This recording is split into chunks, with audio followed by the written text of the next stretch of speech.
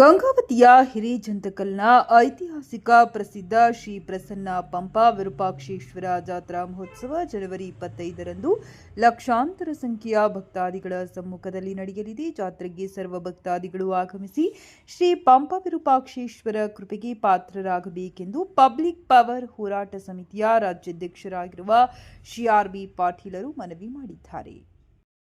ನಮಸ್ಕಾರ. ಗಂಗಾವತಿ ವಿಧಾನಸಭಾ ಕ್ಷೇತ್ರದ ಸಮಸ್ತ ನಾಗರಿಕರಿಗೆ ಪಂಪ ವಿರೂಪಾಕ್ಷೇಶ್ವರ ಜಾತ್ರೆಯ ಶುಭಾಶಯಗಳೊಂದಿಗೆ ನಾಳೆ ಪಂಪ ವಿರೂಪಾಕ್ಷೇಶ್ವರ ದೇವಸ್ಥಾನದ ಜಾತ್ರೆ ಇದೆ.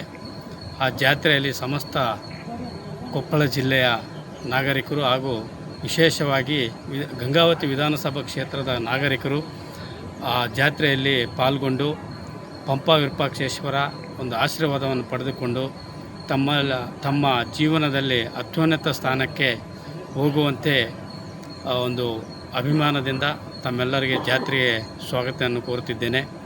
ಪಂಪ ವಿರೂಪಾಕ್ಷೇಶ್ವರ ದೇವಸ್ಥಾನವು ಶ್ರೀಕೃಷ್ಣ ದೇವರಾಯನ ಕಾಲದ ಹಳೆಯ ಪುರಾತನ ಒಂದು ದೇವಸ್ಥಾನವಾಗಿದ್ದು, ಇಡೀ ಏಷ್ಯಾ ಖಂಡವನ್ನೇ ಆಳಿದ ಶ್ರೀಕೃಷ್ಣ ದೇವರಾಯರು ಅವರು ಪ್ರಥಮ ಯಾವುದೇ ಯುದ್ಧಕ್ಕೆ ಅಥವಾ ಯಾವುದೇ ಒಂದು ಕಾರ್ಯಕ್ರಮಕ್ಕೆ ಹೋಗಬೇಕಾದ್ರೆ ಪಂಪ ವಿರೂಪಾಕ್ಷೇಶ್ವರ ಸ್ವಾಮಿಯ ದರ್ಶನ ಮಾಡಿಕೊಂಡು ಅವರು ತೆರಳುತ್ತಾ ಇದ್ದರು.